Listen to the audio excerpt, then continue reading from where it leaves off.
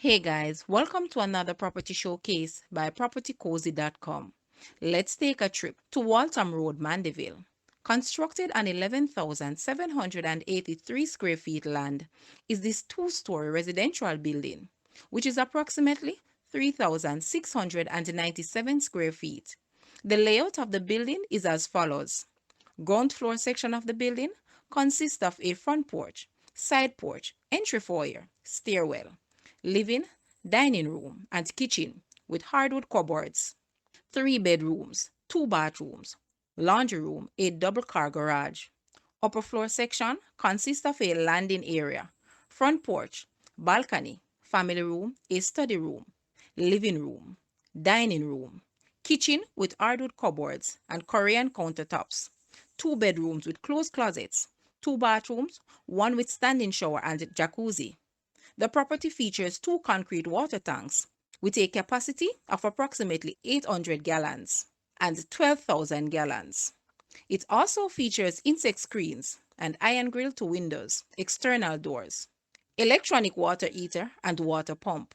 Guys, let's take a look at this house and please watch the entire video for more details at the end.